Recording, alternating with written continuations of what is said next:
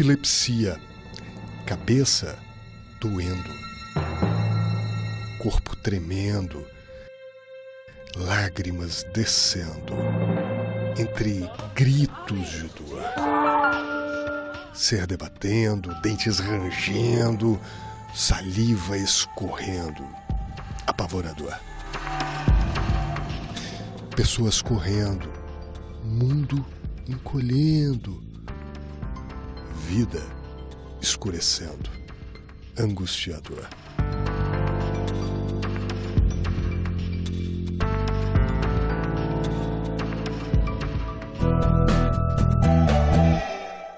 A epilepsia é uma doença neurológica que atinge 1 em cada 100 pessoas. Durante as crises, o paciente tem convulsões, cai no chão, tem contrações musculares em todo o corpo, salivação intensa e pode morder a língua. As crises são imprevisíveis. O preconceito traz prejuízo para a qualidade de vida das pessoas que tentam esconder a doença. A epilepsia não é uma doença contagiosa e nem indica loucura, como muitos pensam. Ela pode ser controlada por medicamentos. Cerca de 50 milhões de pessoas em todo o mundo têm a doença. Essa enfermidade pode matar quando o tratamento não é seguido de forma correta. A ordem é não negligenciar a epilepsia. É uma doença do cérebro em que existe uma descarga anormal. E quando acontece essa descarga neuronal anormal, a pessoa ela apresenta a crise que pode ser focal ou generalizada. Eu comparo muito com curto-circuito. Com que idade aparece a epilepsia numa criança? Olha, pode aparecer em qualquer idade, desde o período neonatal, do primeiro dia de vida, até a idade, até a velhice, né? Inclusive são duas extremidades de faixa etária que a epilepsia é mais comum, é na criança e no idoso. Essa médica é neuropediatra. Ela explica que existem inúmeros remédios para controlar a epilepsia e que eles são eficazes, mas o paciente tem que ter a convicção de que tem um transtorno neurológico e, portanto, precisa tomar o remédio. Ele precisa de tratamento, que tratado ele vai ser uma pessoa normal, produtiva, que ele pode ter uma vida profissional, que ele pode casar, ter filhos, ter um grupo de amigos e que ele bem controlado, ele vai ser igual um paciente que tem hipertensão ou que tem diabetes e que precisa tomar seu remédio. A doutora Suzete Vilela enfatiza que quando os remédios não dão conta de controlar os ataques epiléticos, uma das alternativas é fazer a cirurgia, mas nem todos podem se submeter a esse procedimento. Como é que é feita essa cirurgia na prática? Como é que é? Tira o que da cabeça? Tira a área que você detectou como produtora da crise. Desmistificar a epilepsia é o que recomenda a Organização Mundial de Saúde, que em 1987 criou o programa Epilepsia Fora das Sombras. Esse programa foi um programa de conscientização, das pessoas saberem o que é epilepsia, que a epilepsia tem tratamento, que a pessoa pode ter uma qualidade de vida muito boa. E eu recomendo, como eu trabalho com crianças, eu recomendo para as mães não tratarem a criança epilética como se ela fosse uma criança incapaz. Uma vítima da epilepsia, antes de operar, tinha até 30 convulsões por dia. Muitos pacientes têm um número alto de ataques epiléticos. Alguns, além da epilepsia, desenvolvem outras doenças que agravam ainda mais o quadro e interferem na qualidade de vida.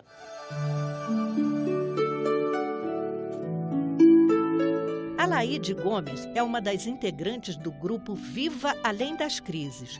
Quando tinha epilepsia, chegava a tomar 22 remédios por dia, mas nenhum foi suficiente para impedir as convulsões.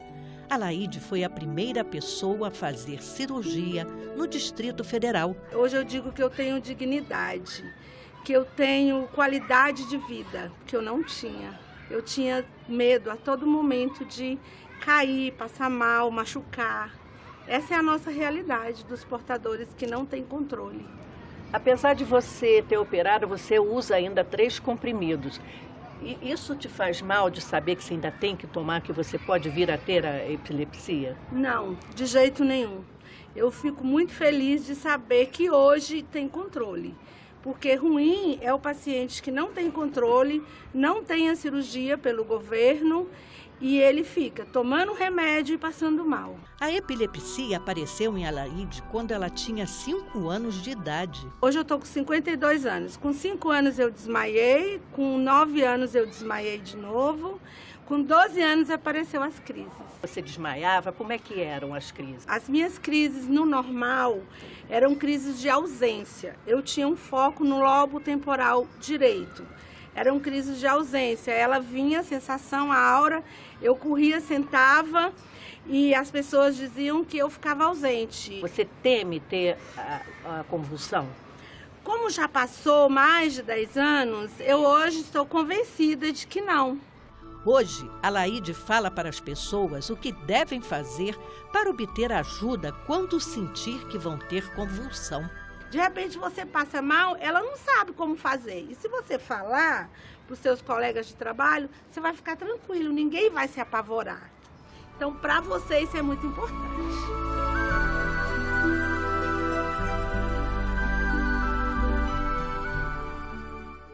Pedro, Gabriela e Vitor Hugo são crianças que sofrem de outros males, além da epilepsia, e que precisam constantemente da ajuda dos pais. Você já ouviu falar em adrenoleucodistrofia, em lesões cerebrais e na síndrome de West? Pois é, esses 3 sofrem com essas doenças que são de difícil controle desde que nasceram. Os pais lutam diariamente para garantir um pouco de alívio aos filhos.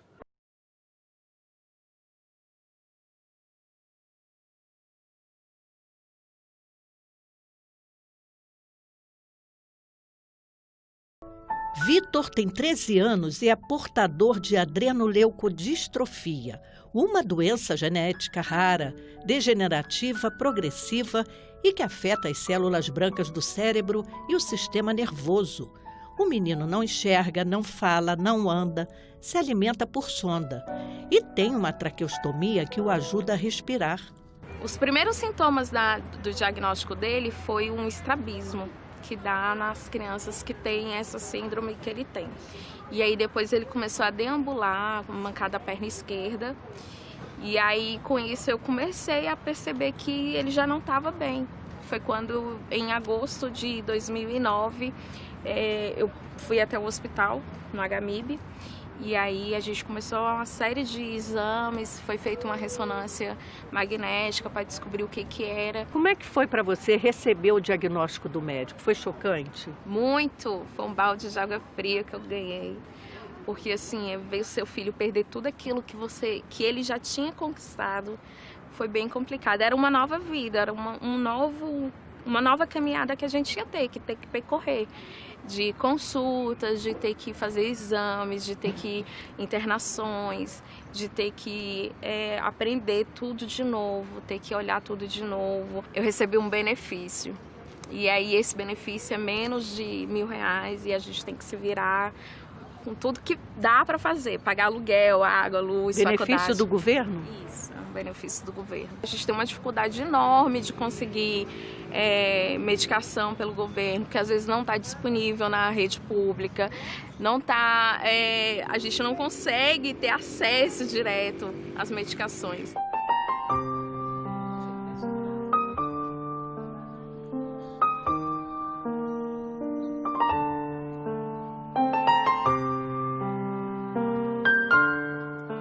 Pedro é o filho mais velho de Alessandra. Ele está com 19 anos. Não fala, não se expressa e só anda se for guiado por alguém. Ele tem a síndrome de West, ou espasmos infantis. É uma forma de epilepsia que se inicia na infância. É caracterizada por retardo mental. Na verdade, aos 4 meses ele começou com as crises convulsivas. Só foi descobrir aos 8 meses que ele estava com síndrome de West. A síndrome é crises de difícil controle, não controla nem com medicação. Então ele dá convulsão desde 4 meses de idade, todos os dias. O que você poderia falar a respeito do Pedro? Como é que é conviver com ele? É difícil? É difícil, é muito complicado. O Pedro é uma criança completamente dependente. Ele depende da gente para beber água, como vocês viram, né? Ele não faz nenhuma atividade sozinho, tomar banho, não brinca. Se você deixar ele o dia inteiro, ele fica o dia inteiro dessa forma. Ele hoje toma 3 anticonvulsivantes, né? E uma medicação para controle psiquiátrico, né? E isso faz com que ele durma muito. Mas né? durante o dia? Durante o dia e à noite.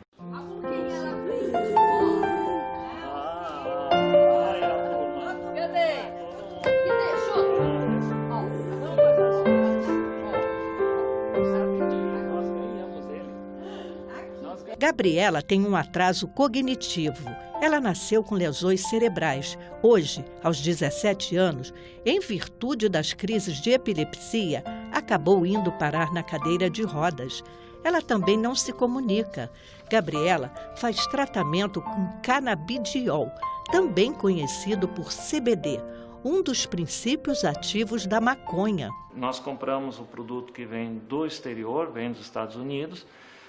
Ele é um óleo, extraído da planta, do cânhamo, feito das flores. Ele é extraído o óleo, ele tem uma aparência viscosa, é um óleo concentrado. E esse óleo ele tem 17% de CBD, ele é 0 de THC. Ele não tem princípio ativo do THC na composição dele.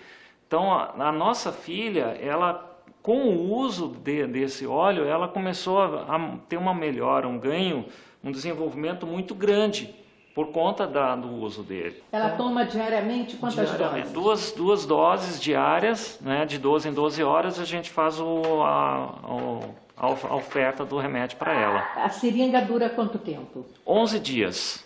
Quantas vocês usam por mês? São três mensais, 3 seringas mensais. A família de Gabriela gasta um dinheirão para comprar o canabidiol. Nós temos um custo de R$800 por seringa, então são R$2.400 em média que a gente tem um custo para adquirir o produto. A sociabilidade da Gabriela foi muito grande, muito grande. O desenvolvimento social dela, do acompanhamento, por mais que ela tenha uma complicação cognitiva, ela tem um atraso cognitivo significativo, mas hoje ela interage, hoje ela se comunica na forma dela.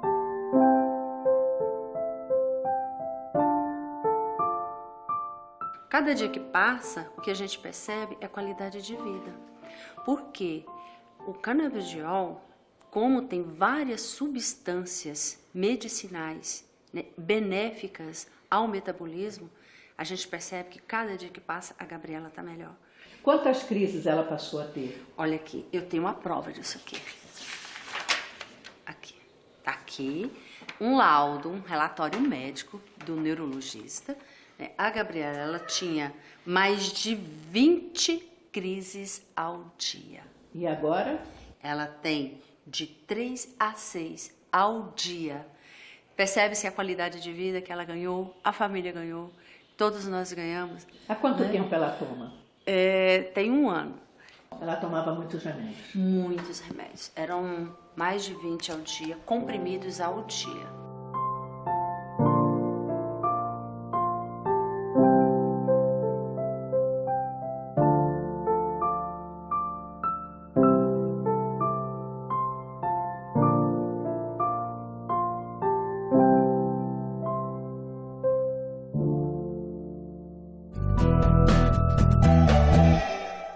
O SUS, Sistema Único de Saúde, poderá ser obrigado a fornecer medicamentos à base de canabidiol.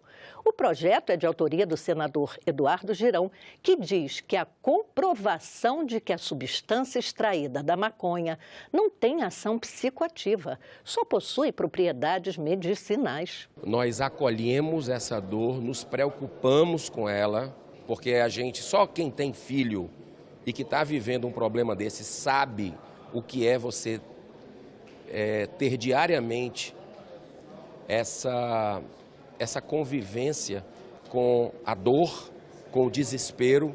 Então, a gente quer trabalhar rapidamente aqui, por isso que eu entrei com esse projeto de lei, e eu peço o apoio dessas famílias para que nós tramitemos para se liberar o CBD trabalhado em laboratório gratuitamente para essas famílias que precisam. A senadora Mara Gabrilli faz uso do canabidiol para melhorar suas funções e ter mais qualidade de vida. Ela garante que se sente melhor com o uso do medicamento. Eu me trato com cannabis medicinal. E quando eu não tenho esse remédio, porque a cannabis medicinal é uma conjunção de canabinoides. São mais de 100 canabinoides que essa planta tem. Entre eles, o canabidiol e o THC. Quem somos nós para prescrever, para dizer para o cidadão, olha, você só pode tomar CBD, você não pode tomar THC. Quem somos nós? Nós somos legisladores. Se um médico prescreve, como que nós iremos contrários a isso? Neurocientistas, neuropediatras, neurologistas e o desembargador George Leite fazem uma avaliação a respeito da epilepsia e do uso de canabidiol para tratamento. Se eles são favoráveis, imaginem os pais que têm no dia a dia que tratar das crises e conviver com as sequelas doloridas em seus filhos. O professor titular de neurologia da Unicamp e médico neurocientista Lili Min diz que a epilepsia é uma doença comum. Os problemas que nós brasileiros enfrentamos são os mesmos problemas que as pessoas de outros países enfrentam, sobretudo na questão do preconceito e estigma. A questão de acesso ao tratamento, digamos que os países com mais acesso, mais ricas, assim por dizer, elas têm um melhor aporte a esse tipo de tratamento.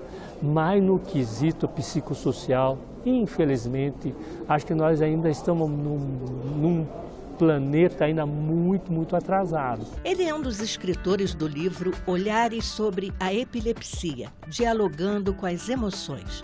Nesta edição, ele fala que a epilepsia não é uma doença única. Nela estão atreladas várias comorbidades. Esse livro em particular, ele traz um outro tipo de abordagem na primeira pessoa das pessoas que têm epilepsia, né? Então, esse olhar é sobre a ótica de quem convive com a doença. Esse é um ponto particular de interesse, porque quando o médico fala, o cientista fala sobre a doença, ele fala num enfoque muito mais biológico de como que a doença se dá, etc. Mas quando você fala com o paciente, ela vai te dar um outro ponto de vista. E isso é particularmente muito útil e dá suporte às pessoas que têm epilepsia, porque muitas vezes as pessoas com epilepsia se sentem muito sozinhas, muito isoladas. Para o médico neurologista Wagner Teixeira, que há muitos anos lida com pacientes que têm epilepsia, a doença pode ser curável.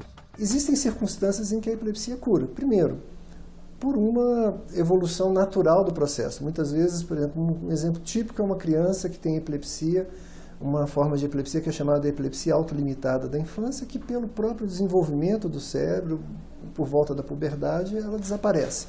Essa é uma epilepsia que cura. Cura porque o cérebro se modificou e ela se curou.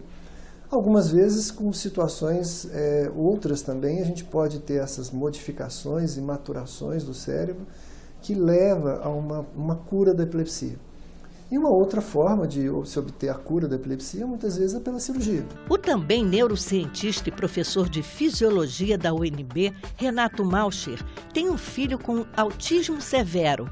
Ele faz uso do canabidiol. O menino, garante o professor, teve melhora significativa no quadro e nas crises. O comportamento mudou e ele está menos agressivo. Meu filho só teve essa resposta quando a gente passou a combinar o canabidiol puro com extratos naturais, porque o canabidiol puro não é suficiente para dar os resultados. É preciso ter uma certa quantidade de THC. O que é extratos naturais? Que seriam? São produtos... Óleo de coco, por exemplo? Não, são produtos feitos a partir de maconha de forma irregular. O cérebro dos autistas regula os processos e como ele recebe informação e como ele comanda o que ele quer fazer. Renato quer que o Brasil regulamente o uso do canabidiol para facilitar o acesso das famílias que precisam do medicamento. As pessoas precisam entender que a melhor maneira de se evitar o abuso, que é o uso problemático, é a regulamentação.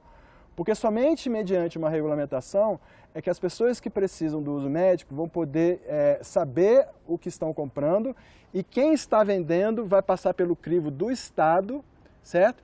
E o médico vai ter acesso a informações e vai ser o mediador dessa relação. A neurologista que trabalha no Hospital da Criança em Brasília acha que a Anvisa deveria aprovar a regulamentação do uso do canabidiol. Hoje o canabidiol já entra no Brasil, né? Então alguns pacientes já fazem uso dele. E aí a gente espera que a Anvisa libere e padronize para que o uso seja feito com segurança, né? Que a gente tenha um uso regulamentado com as indicações claras da medicação. Já o desembargador George Leite acha que a falta de regulamentação do canabidiol é puramente política e preconceituosa. Hoje se usa maconha medicinal para tratamento de quadros de dores intensas, de convulsões, epilepsias, distrofias musculares, síndromes diversas, como síndrome de Silver-Russell, síndrome de Dravet, síndrome de Duse, e uma série de doenças neurológicas incuráveis que causam grave sofrimento às pessoas e dores excruciantes, né? Segundo o desembargador, ainda são poucas as autorizações para o plantio de maconha medicinal no país. O estado precursor mesmo foi a Paraíba, onde uma associação de pais de crianças necessitando desses cuidados diferenciados, conseguiu inclusive o beneplácito do Ministério Público Federal, que se aliou a esta associação e obteve da Justiça autorização para plantar e fornecer aos associados o óleo de THC e CBD. A cineasta Fernanda Carvalho lançou no ano passado o curta-metragem Salvo Conduto, baseado na história de uma única família de Brasília que tem o habeas corpus para cultivar a maconha medicinal e produzir um medicamento para a filha. As outras famílias não receberam o documento. Fernanda diz que elas vivem na marginalidade à espera da farmácia popular, que deveria distribuir o remédio. Por isso, ela defende o autocultivo. Olha, eu acho que uma coisa que norteia muito a minha vida é a fé que eu tenho. É a minha espiritualidade, que independe de religião. É o meu contato com Deus, é a crença que eu tenho em Jesus, que é uma figura para mim viva, real.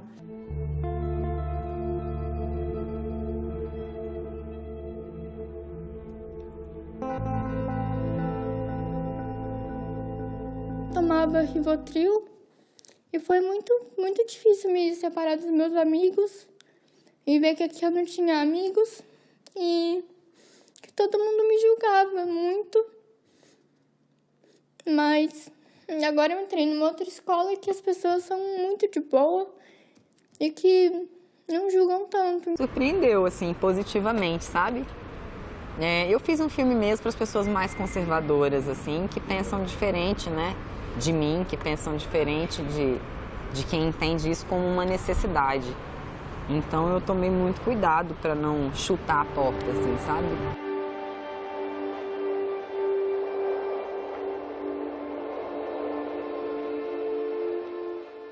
Trabalho muito, sempre sorrindo, brincando. Sem o canabidiol, a frequência dele era sempre 200 e pouco, para 205, 201, a frequência normal de uma criança é de 100 a 130. Então até a questão cardíaca dele deu uma estabilizada. Se eu posso produzir o medicamento do meu filho, por que não deixar? Muita gente falou que pensava diferente, mas que a partir do filme tinha entendido que aquilo ali funcionava como remédio. Então eu vejo, assim, pelos comentários da internet, pelo que as pessoas me falam, que realmente o filme funciona como um ponto de partida para uma reflexão que transforma o pensamento das pessoas. Meu pai chegou e falou assim, se eu plantar maconha, eu chamo a polícia. Eu falei assim, ótimo, pai, você vai me chamar a polícia? Eu vou ser presa. Ótimo que eu faço spa na prisão, entendeu? Vocês vão tomar conta da Débora, vocês vão ver como é que é tomar conta da Débora, o pai também, o pai dela. Não vou ter preocupação de acordar no meio da noite se tem convulsão ou não. Aí ele olhou assim para mim, realmente... Aonde que você vai plantar, Patrícia? Acabou. Acabou. Casa. Vai, bebê. Quando eu ganhei o HC, conquistei o HC, né? Foi como se eu tivesse, guardado as devidas proporções, tirado uma carta, conseguido uma carta de alforria. Eu não consigo ver razão nenhuma para a proibição da cannabis, né? Nenhuma e nem outra. Porque o que vai definir o que é saúde? A Organização Mundial de Saúde define saúde não como ausência de doença, mas como uma coisa total, sabe? De lazer, de bem-estar. Tem lugar onde o THC é proibido, mas o canabidiol é permitido. Os Estados Unidos, que é um dos países mais conservadores que tem nesse sentido, que foi o país que, junto à ONU, proibiu a cannabis em mais de 100 países ao mesmo tempo lá atrás, já legalizou em um monte de estados, até em Washington. Inclusive o uso recreativo é permitido, parece. O filme Salvo Conduto, de Fernanda Carvalho, pode ser visto em seu canal no YouTube. O Inclusão termina aqui. Se você gostou e quiser rever o programa, é só entrar na página da TV na internet, no endereço senado.leg.br/TV. Você também pode participar do programa. Basta ligar para o número 0800 61 22 11. Obrigada pela audiência e até a próxima. Tchau!